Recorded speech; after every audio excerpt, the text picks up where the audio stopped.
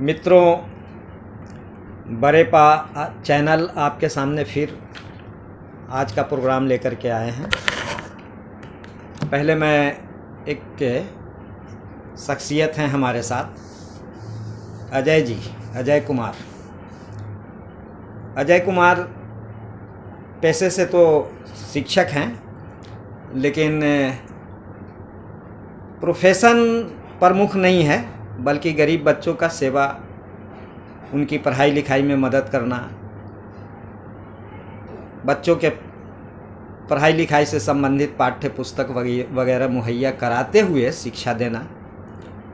दूसरी क्वालिटी इनकी ये है कि बुद्धिजीवियों की जो जमात होती है, सो कॉल्ड इंटेलेक्चुअल्स, उससे अलग हट करके वाकई जो बुद्धिजीवी का कर्तव्य होता है समाज में, उसको लगातार करते आ रहे हैं। सामाजिक चेतना, राजनैतिक चेतना, शैक्षणिक चेतना से जागरूक सोसाइटी को करना इनका प्रमुख काम है। आज हमारे साथ हमारे चैनल में अपनी बात रखेंगे, हमारे चैनल के माध्यम से। उसके पहले मैं आप के सामने एक वीडियो तस्वीर के साथ, संगीत के साथ पेश कर रहा हूं। पहले इस वीडियो को आप देखें।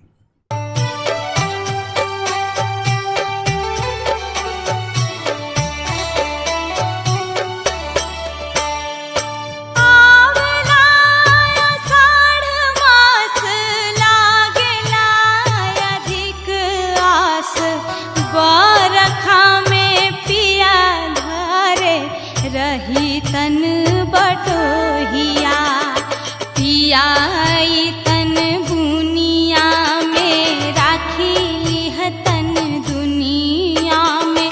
अखरे लाय अधिकार सवनवा बटोहिया, अखरे लाय अधिकार सवनवा बटोहिया।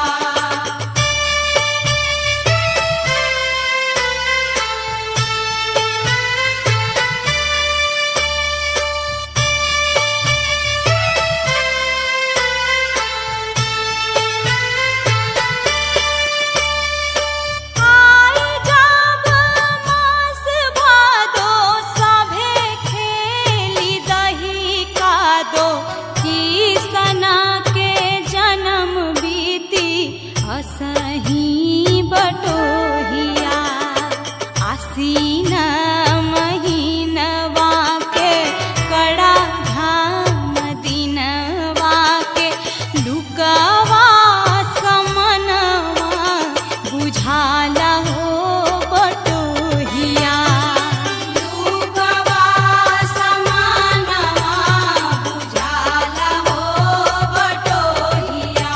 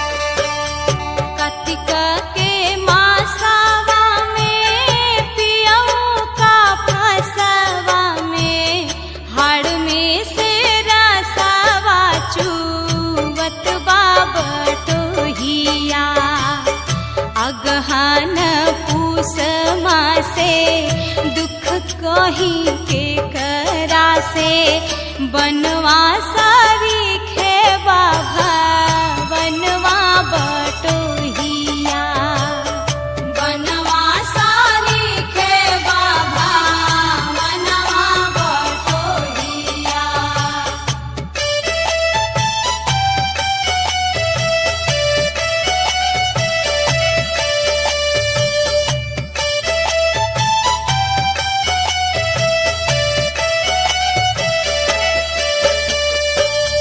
मस आई बाघावा का पावे लागी मघवा ता हड़वा में जड़वा सा माई हो बटोहिया पलंग बासुनवा का कैलिया गुनवा से भारी महीनवा फगुनवा बटोहिया भारी महीनवा फगुनवा बटोहिया।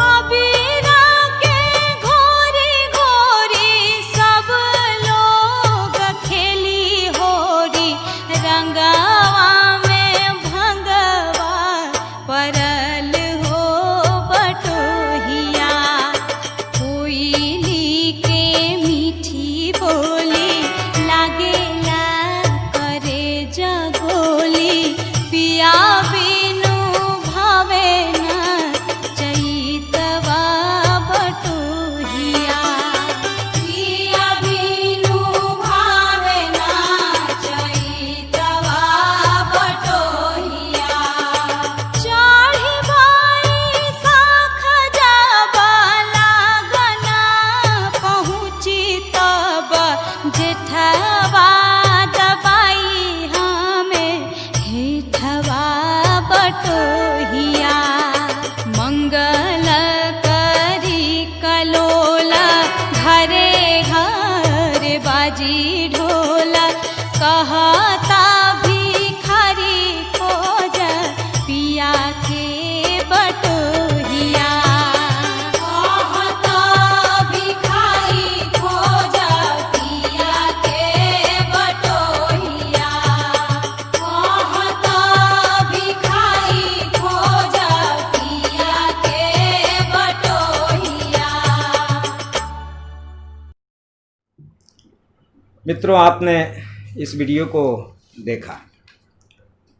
एक्चुअली ये जो वीडियो है और इसमें जो दर्शाए गए हैं, प्रमुख रूप से जो गीत इसमें है, उस गीत का आपसे इस गीत के बारे में कुछ डिस्कस करूँ। दुनिया में जितने भी पलायनवाद की कहानियाँ आपने देखी, कोरोना से संबंधित जो पलायनवाद हमारे मुल्क में हो रहा है, हुआ है, होता अभी जारी है, अद्वितीय है। कहीं ऐसी पलायनवाद इतना दुख भरी मजदूरों की त्रासदी आपने नहीं देखी होगी। एक्चुअली मैं इस गीत को हमारे बिहार की ही एक हस्ती भिखारी ठाकुर के द्वारा लिखी गई है और ये गीत चंदन तिवारी के माध्यम से गाई गई है। उन्होंने इसको स्वरबद्ध किया है।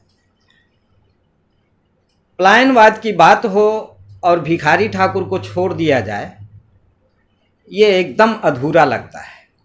इस गीत में देखिए, इसकी मार्मिकता को देखिए, इसकी हर एक लाइन को देखिए कि एक गांव की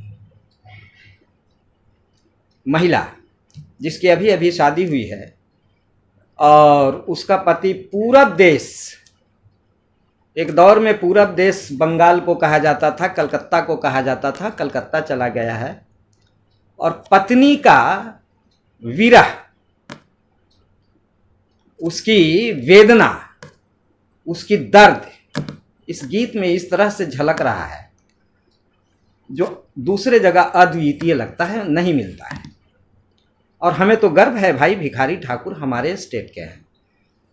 और पलायनवाद की इतनी बड़ी त्रासदी भारत में हो रही हो और हम भिखारी ठाकुर को याद न करें, जिसे दुनिया में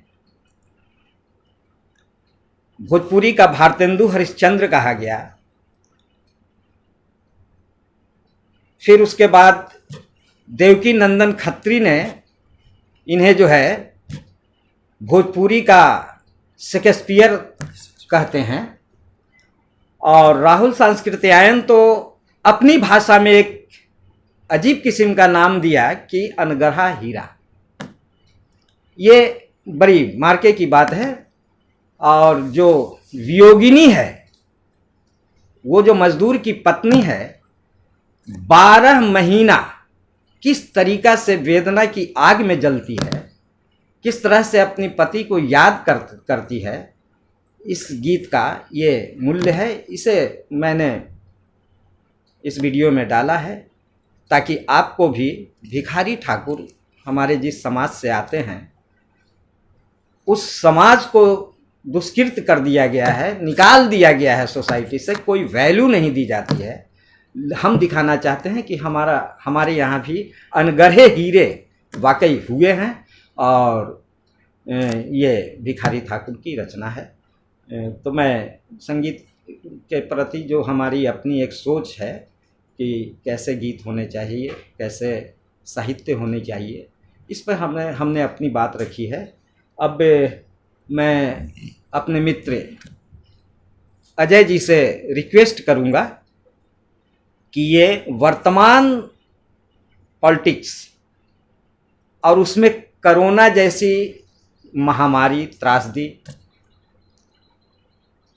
इसको ख़त्म करने में हमारे भारतीय सरकार की कोशिशें कितनी सफल है, कितनी असफल है, इस पर ये अपनी बात कहेंगे। तो अजय जी प्लीज़। नमस्कार साथियों, आज मैं बड़े पा चैनल के माध्यम से और दीप नारायण सर के प्रेरणा से आपके सामने उपस्थित हुआ हूँ। साथियों, आज जो आप इलेक्ट्रॉनिक चैनल और प्रिंट मीडिया के माध्यम से जो भारत का तस्वीर देख रहे हैं, जो गरीब किसान मजदूरों के साथ बदसलूकी देख रहे हैं, आप देख रहे होंगे विभिन्न चैनलों में कि कोई बहन सड़क के किनारे भारत के भविष्य को जन्म दे रही है, कोई बहन 1 दिन 2 दिन के बच्चे को गोद में लेकर तेज धूप में अपने घर को वापस जा रही है,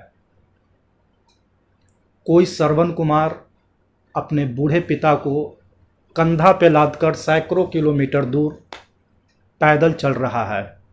ना उसे पैर के छाला का चिंता है, न भूख न प्यास।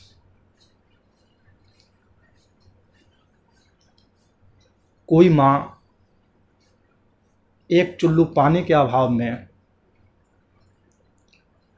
अपना जान गंवा देती है और रेलवे प्रशासन उसे प्लेटफॉर्म पे एक कूड़े की ढेर की तरह छोड़ देती है, और उसका अबोध बच्चा इस बात से बेफिक्र कि उसकी माँ कभी लौट के नहीं आएगी, वो अपनी माँ को उठाने की कोशिश करता है कि उसकी माँ कुछ रूखा सूखा रोटी देकर उसकी भूख को शांत करेगी।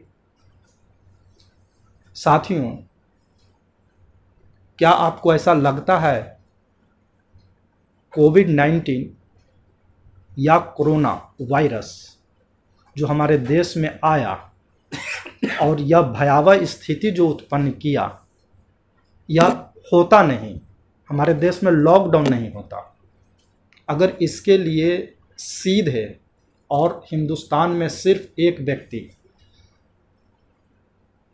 भारत के माननीय प्रधानमंत्री श्री श्री 420 नरेंद्र दामोदर दास मोदी को अगर जिम्मेदार ठहराया जाए तो मुझे कोई हैरानी नहीं होगी। साथियों, कोरोना वायरस चीन में नवंबर लास्ट में आया, दिसंबर मिडिल में 15 दिसंबर के आसपास वो आसपास के देश जैसे इटली, कनाडा, अमेरिका में वायरस इन करने लगा।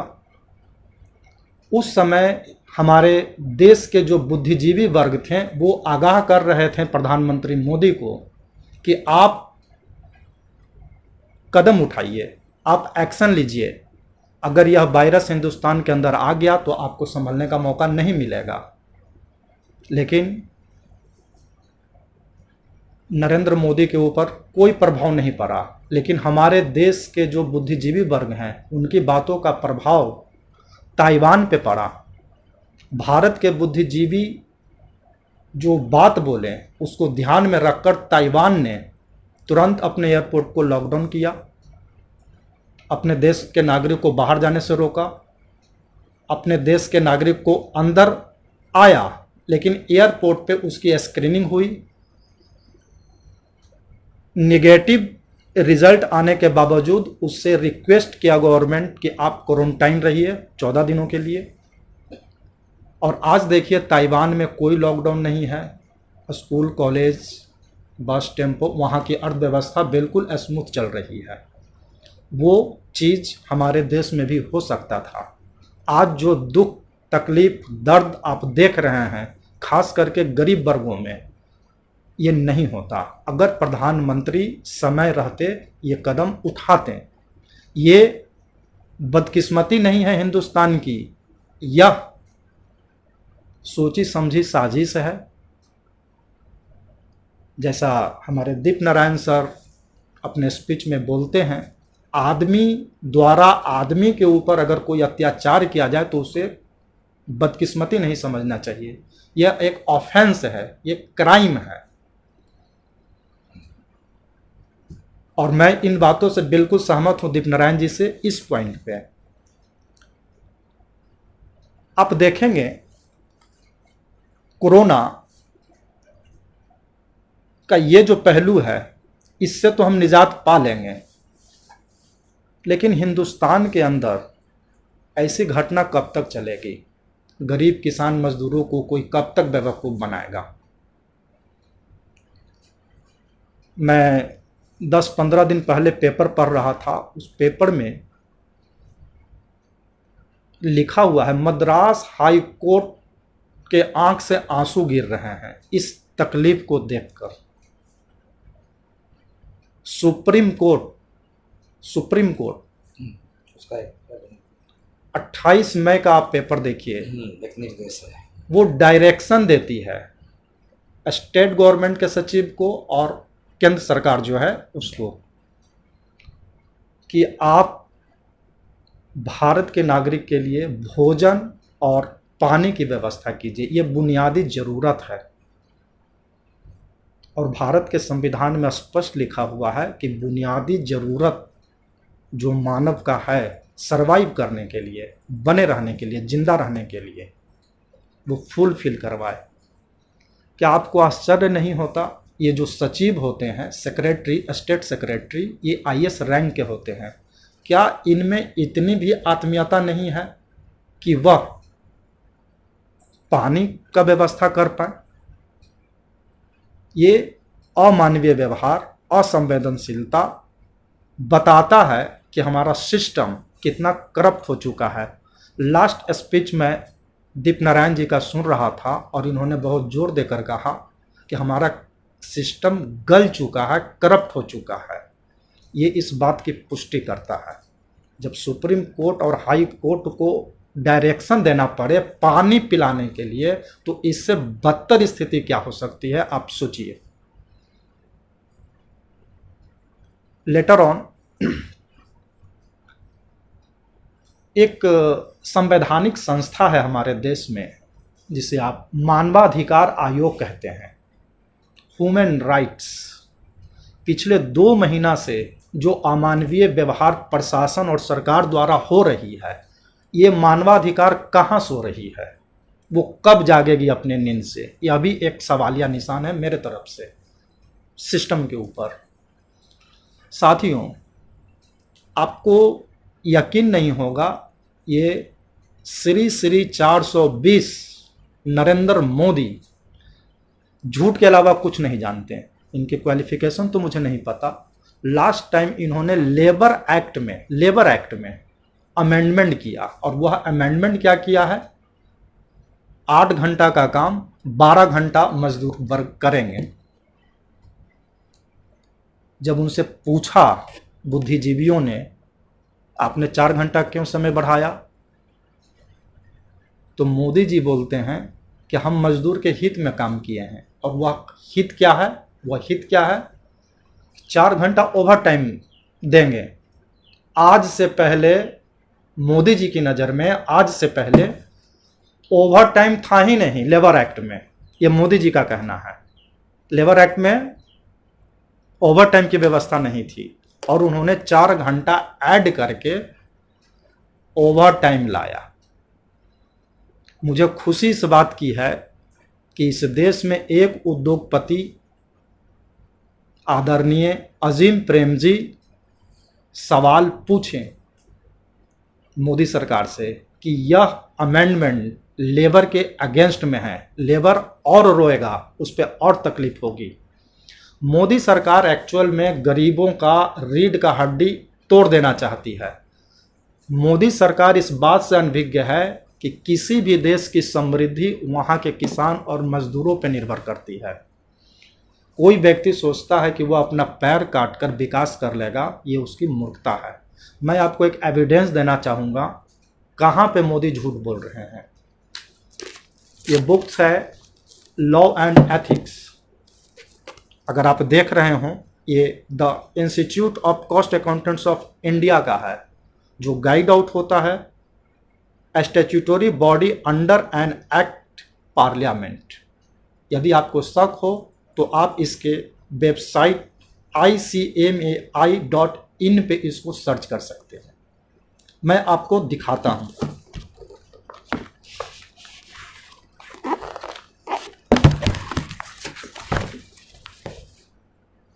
ये आप देखें, ओवर टाइम। ये मिनिमम वेज एक्ट 1948 को जब आप पढ़ेंगे और इस बुक्स का पेज नंबर 254 को आप देखेंगे, तो आप ओवर टाइम में जो डाउटफुल है, मोदी सरकार को जो डाउट है, वो डाउट आपका क्लियर हो जाएगा। Over time section 14 under section 1 आप देखें, और रूल 25 को देखें। रूल 25 क्या कहता है, मैं एक बार पढ़ के आपको सुना देता हूं। Over time section 14 under section 1 provides that where an employee whose minimum rate of wages is fixed under this act by the hour, by the day, or by such a longer wage period as may be prescribed, works and any day in excess of the number of hours constituting a normal working day, the employer shall pay him for every hour or for part of an hour so worked in excess at the overtime rate fixed under this act. Rule 25 क्या लिखता है इसके बारे में? Provides that when a worker works more than 9 hours and any day or more than 48 hours in a week, he shall be entitled to overtime wage. In case of employment in agriculture, 1.5 times the ordinary rate of wage. In case of any other scheduled employment, double the ordinary rate of ways. ये over time आज का नहीं है, ये बहुत पहले है labour act 1948 में। लेकिन बेशर्मी से, किस बेशर्मी से ये प्रधानमंत्री नरेंद्र मोदी बोलते हैं कि हमने मजदूरों के हित में ओवर टाइम लाया है 4 घंटा। असल में ये ओवर टाइम नहीं है, ये मजदूरों का वर्किंग आवर 8 घंटा से बढ़ाकर 12 घंटा किया गया है। इसका सीधा फायदा भारत के उद्योगपतियों को होगा, उसी वेज रेट में उसका प्रोडक्शन होगा, और ये 4 घंटा समय बर्बाद किया है। आप इसको समझें कि यह मोदी सरकार कितना करप्ट है, कितना गिरी हुई है, जिसमें कोई मानवीय संवेदना नहीं है। आज मोदी जी पिछले 2 महीना में क्या क्या किए, इतनी लाशें गिरी, इतना दुख तकलीफ मजदूरों को हुआ, उन्होंने कौन सी संवेदना दिखाई है। कल वह अपने दूसरे काल का 1 साल पूरा होने पे अपनी उपलब्धि गिना रहे थे। क्या यह उनका उपलब्धि है जो आप विभिन्न चैनलों पे देख रहे हैं? खैर, मैं आज भगत सिंह को याद करता हूं। आज जो परिवेश है, आज के परिवेश में जो माहौल बना हुआ है, भगत सिंह की जो विचारधारा है, उन विचारों का सार्थकता बहुत ज़्यादा हो गया है। शहीद होने से पहले भगत सिंह बताए थे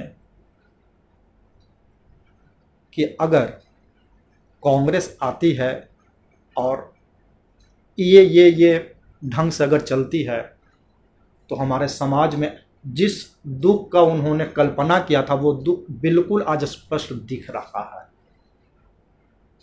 एक दूध मुहा बच्चा 1 दिन का, जिसकी माँ की छाती में दूध नहीं उतर रहा है, और हम उसको दूध 1 चम्मच नहीं दे पा रहे हैं। भूख प्यास से लोग मर रहा है, और बेशर्म सरकार अपनी उपलब्धि गिना रहा है। भगत सिंह वो शख्सियत हैं जिनके विचारों से न सिर्फ हिंदुस्तान का आम जनता, बल्कि सुभाष चंद्र बोस जैसे शख्सियत जो किसी परिचय के मोहताज नहीं हैं, सुभाष चंद्र बोस प्रभावित हुए। सुभाष चंद्र बोस कांग्रेस में थे, लेकिन भगत सिंह से मिलने के बाद वह कांग्रेस को छोड़ दिए। एक और शख्सियत हैं, क्या नाम था उनका? यतीन्द्रनाथ बोस, जतिन दा, जो कलकत्ता यूनिवर्सिटी में केमिस्ट्री के प्रोफेसर थे। वह भी गांधीवाद से प्रभावित थे। वो हिंसा को बर्दाश्त नहीं करते थे, अहिंसा के रास्ते पे चलते हुए गांधी को सपोर्ट करते थे। लेकिन जब भगत सिंह से मिले और भगत सिंह हिंसा और अहिंसा का डेफिनेशन दिया, तो जतिन दा जैसा शख्स भगत सिंह के साथ हो लिए, और इनकी दोस्ती यहीं नहीं रुकती है। गांधी जी 2-4 दिन जेल यात्रा करके बहुत बड़े अपने आप को कुर्बान कहते थे। उस समय वैचारिक मतभेद था, गांधी जी का सार्थकता है देश को आज़ाद कराने में, इससे कोई इनकार नहीं कर सकता। लेकिन उस समय गांधी खेमे में जो लोग थे, वह खेमा गांधी जी को छोड़कर भगत सिंह के साथ भी आने लगा। जैसे जतिन दा जेल के अंदर भगत सिंह के आह्वान पे जतिन दा भूख हड़ताल किए सामूहिक रूप से 62 दिन, और 62 दिन भूखे प्यासे रहकर 62वें दिन शरीर का वो शहीद हो गए, जिसका पार्थिव शरीर लेने सुभाष चंद्र बोस खुद आए थे। और वो बोले थे कि भगत सिंह किसी युवा का नाम नहीं है, भगत सिंह किसी लड़के का नाम नहीं है। भगत सिंह उस विचार का नाम है जो हिंदुस्तान में इंसानियत और मानवता का जीता जागता चेहरा है, और सुभाष चंद्र बोस भी इनको फॉलो किए। तो साथियों, आज जिस दौर से हम गुजर रहे हैं, यह दौर सोने का नहीं है। सोने का वक्त ख़त्म हुआ। जागिए, गहरे नींद से जागिए और सच्चाई को देखने की कोशिश कीजिए, किसी भ्रम में मत रहिए। आज के लिए इतना ही, हम फिर कभी मिलेंगे इस चैनल में। तब तक के लिए नमस्कार। धन्यवाद अजय जी, प्रभावित हुआ मैं, बहुत अच्छा लगा। ऐसा लग रहा था कि जब मैंने अपने चैनल को स्टार्ट किया था तो मैं महसूस करता था कि लंबे संघर्ष के बाद साथी मिलेंगे, लेकिन लग रहा है कि हमारे विचारधारा से संबंधित और भी लोग हैं और आपके तरह जुट रहे हैं, जुटते जाएंगे। और फिर वो दिन जब बहुत दूर नहीं होगी जिस दिन हम सफलता के मुकाम पे पहुंचेंगे। बिल्कुल पहुँचेंगे। हाँ, ये वर्ग विभाजित सोसाइटी के अंदर जो सिस्टम की लड़ाई हम छेड़ने की कोशिश कर रहे हैं वो सफल होगी। आपने जो बातों को रखी, जिन चीज़ों की ओर इशारा किया, हम चाहेंगे कि इसको कंटिन्यू रखा जाए।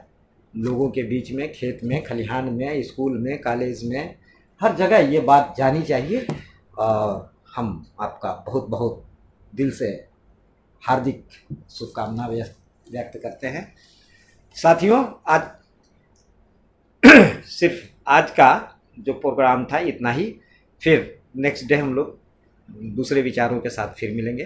नमस्ते।